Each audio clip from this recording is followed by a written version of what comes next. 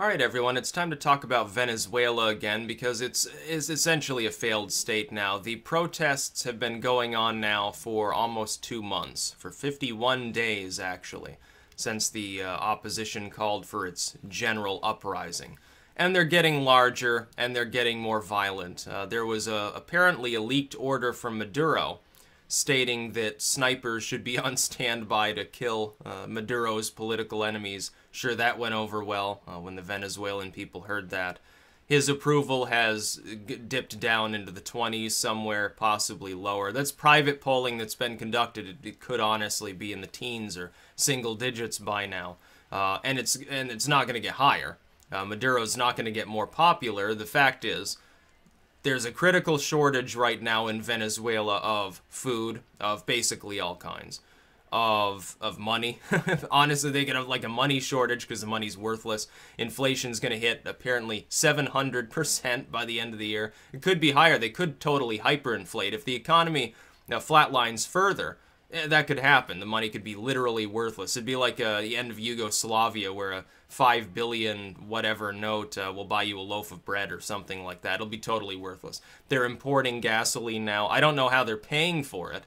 No, but they can't even, like, they're the oil powerhouse of the world. They're importing gasoline when they could have built their own refining system if they had, invested properly under Chavez when times were good. They could have done that. They wouldn't have that problem. They wouldn't have an energy shortage, that's for sure. Now, they could be insular, and at least they would have the power on. Industry would keep going. They'd have some goods. Yeah, they'd be in a depression, but people wouldn't be starving. They'd still be in the bread lines, but they'd have food to actually get once they're at the head of the bread line, so to speak. Be bad, but it wouldn't be nearly as bad as it is now. You wouldn't have riots in the streets in their capital and everywhere else in the country. Martial law has been declared in certain regions. The judiciary there, things got so bad. The courts tried to essentially defang the legislative body altogether, and because there was so much outcry, even Maduro himself had to come out and overrule the decision, say, no, they can stay where they are. They're basically, not doing anything other than calling for general uprising. It is a civil war at this point in Venezuela. Venezuela is on the eve of destruction. It's a failed state. The oil prices are probably not going to rise up enough to solve the problem, which means there will continue to be all of these shortages. People will continue to get shot. There were people being burned as well. Militias, state-run militias, gunned down groups of protesters. And the death total that people are speculating, dozens or 100 people or whatever have died, it's probably a lot higher than that, because a lot of the time you're probably not really hearing about it. It's not exactly like the state news of Venezuela is entirely transparent. It's basically Maduro's mouthpiece. I don't think he wants people to realize how many people have already been killed or injured in these clashes. Then you've got the problem where if the opposition does gain power, could it not just end up like in Brazil, where the opposition, it turns out to be corrupt too? This is a continuous problem in certain Latin American states. Meanwhile, Colombia, that for decades is rocked by like drug war, corruption, all sorts of problems. They're like the rising star at this point because most of their major competitors have had significant problems. Chile has relapsed from its free market back into socialism now, basically, so they're fucked. Argentina had their own crisis there. I can't remember exactly what it was. I think the economy started to melt down, and they sort of restabilized it, but they're still, chugging along. Brazil, of course, has constant political turmoil and has since the Petrobras stuff. And then Venezuela has basically collapsed. And who else are their competitors? Bolivia, landlocked, largely rural, still quite tribal in some cases, run by hardline socialists. Peru, not exactly the most developed nation in the world. Most of Peru is either inhospitable mountain range where people live, or it's Amazon jungle that hasn't been farmed, leading to little economic growth. Paraguay, Guyana, something like that.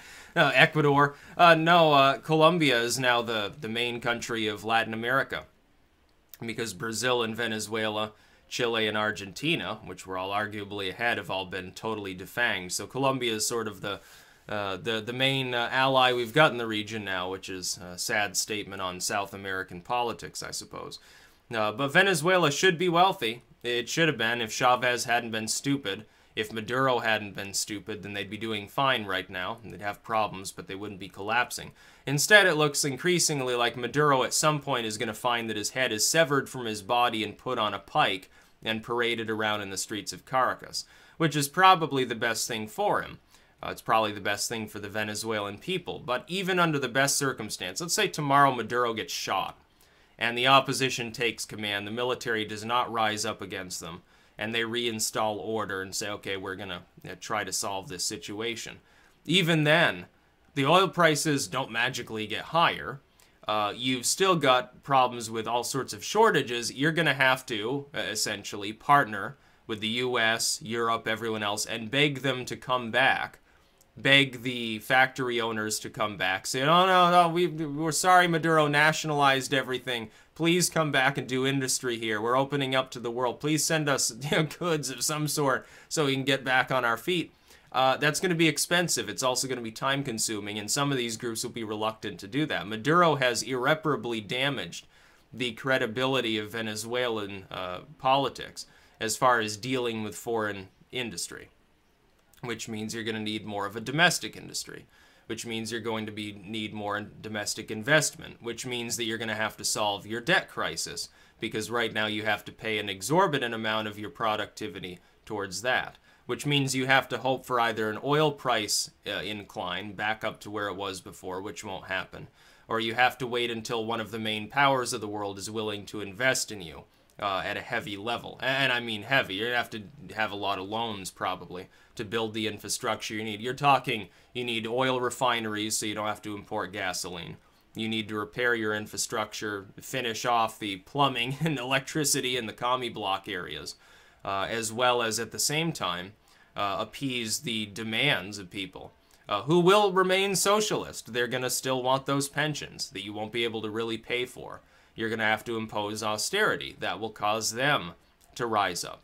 I see a death spiral, unfortunately, ahead for Venezuela under even the best of circumstances. It's going to be difficult to restore order. To the Venezuelan people, I feel sorry for you, because Maduro isn't really a legitimate leader at this point. Increasingly, nobody recognizes him as one. The rest of Latin America, even the socialist governments don't really recognize him as legitimate at this point. They're like, oh, you need to hold an actual election. No, not fiddle around with the Constitution, hold an election. But we should be learning from the mistakes of Venezuela. Here in the United States, we have moved, it's funny, the US and China, two main economies of the world. China's moving more and more towards free market style systems. We're moving more and more towards central planning. We're sort of meeting in the middle at this weird middle of the road interventionist strategy, which strangles nations with bureaucracy even worse than either pole does. We're going to have problems like this ourselves. If we listen to people like Bernie Sanders, Elizabeth Warren, Dianne Feinstein, continue to add layer upon layer upon layer of bureaucracy and central disbursement of taxpayer money in grant or loan-formed businesses, and we keep up with the tax code we're using, we're going to end up eventually like Venezuela. We will, because more and more of the productivity will be pissed away. Welfare crumbs will get more and more prevalent. People will become more and more reliant upon them. Wages will never rise. Costs will never go down. We will strangulate ourselves. Even though we're not a monoculture, Venezuela came to a head quickly there because they only had one major export, which is crude oil. That's all they had. So it culminated quickly for them. With China, they're on the precipice now. They've diversified. They sell crops. They sell energy. They sell weapons. They sell all sorts. They sell cheaply made goods. They sell, high-tech goods. But they're on the precipice too. The collapse would be smaller, but it would be just as prolonged, just as disastrous for the world economy, especially since they're a massive exporting muscle. The U.S. is getting closer to that precipice, despite being the #1 arms dealer, despite now producing more energy, I think, than any other country. Despite having such massive diversification, we got so many crops, we give them away for free to parts of the third world when they're in a famine, which is a bad idea too. We have to constantly cheapen our own goods just to sell them in some cases. We've got almost too much stuff that we produce. We still are a major producer in the world. People who say the U.S. doesn't make anything anymore, you're totally wrong. We supply so many raw resources, so many high-tech goods, so many weapons, so much energy. You have no idea. That's actually, it's almost a curse in disguise as a blessing in some economic ways, oddly enough. Have to try to not destabilize too many of our friends by outcompeting them, which could explain why we're moving away from free market systems. Because the politicians, I guess, get worried that we're going to screw over even our allies because we'll be too efficient. We'll be too wealthy or something. We won't be able to trade with anyone because we'll have too much money and it'll be too expensive for them to buy our goods because everyone else will be fucking impoverished. I personally don't care. I think it's every nation for itself, and I prefer nationalism over globalism. And I think globalism fucks us over and ends up fucking them over too, honestly, just at a lower level. But Venezuela's got hard times ahead, and we need to avoid that ourselves. We need to scale back centrally planned investment. We need to scale back bureaucracy. We certainly need to reform the tax code. We need to stop penalizing people for being productive at the business or self-employed level. It's just a shitty model looking forward to actually use, whereby most people in the population suffer. The poor suffer. They get welfare handouts, but they're breadcrumbs from the rich man's table, let's face it. We're talking about giving them more crumbs. Again, bureaucrats will absorb most of that so-called charitable giving from the taxpayer dole, and it's coming from the productive classes of society. It doesn't come from multinational corporations. They pay nothing. That's the problem of the tax plan we used to. That's the root of all evil within this country. We could lower the overall tax rate massively and still make ends meet if we just made the multinational banks and corporations pay a fair share. If we scaled back, not even eliminate bureaucracy, we'd save a shit ton of money. If we eliminate the no-bid contracts with the military, we would never have to grow the military budget. It could stay at the level it's at now, probably be slashed significantly, and the military could pay the troops more and buy more weapons because they'd be cheaper. That's what we need to be doing as a country. We need to look at the failures of other states. The United States succeeded in the first place because it was absorbing talented and hardworking individuals from Europe. And thus it was absorbing from the Europeans the better ideas of Europe while foregoing those that didn't work. We decided to excise the idea, for instance, of state religion because it didn't work. We decided to excise heavy bureaucracy and legalese.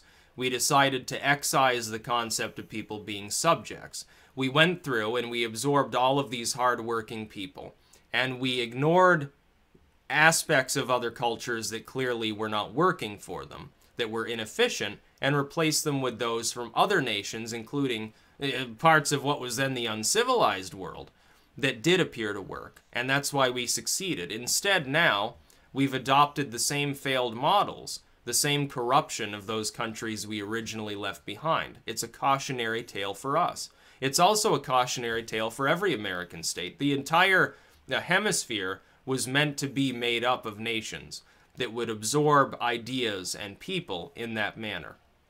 They would absorb that which was hardworking, which was productive. They would absorb that which clearly worked, as opposed to that that did not work. And unfortunately, we've gotten away from that. Venezuela, case number 1. Brazil, case number 2.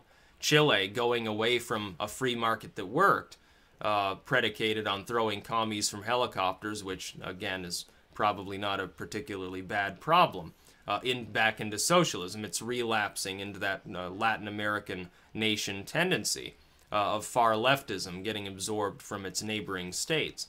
And it's a problem. It will destabilize that country eventually as well if it metastasizes. We have to avoid that. Because the United States is, we're the #1 military power. We're the #1 economy. We've got all the projective force we need. Do we really need to screw ourselves over right at our zenith by absorbing non-working ideas that are basically destroying a half a dozen states at any given time? I think not. I think that's a terrible idea. I think we should do the opposite of what they're doing, and we'll be just fine. We need a freer market, less bureaucracy, and then we can get back to business. That's about all. Peace out.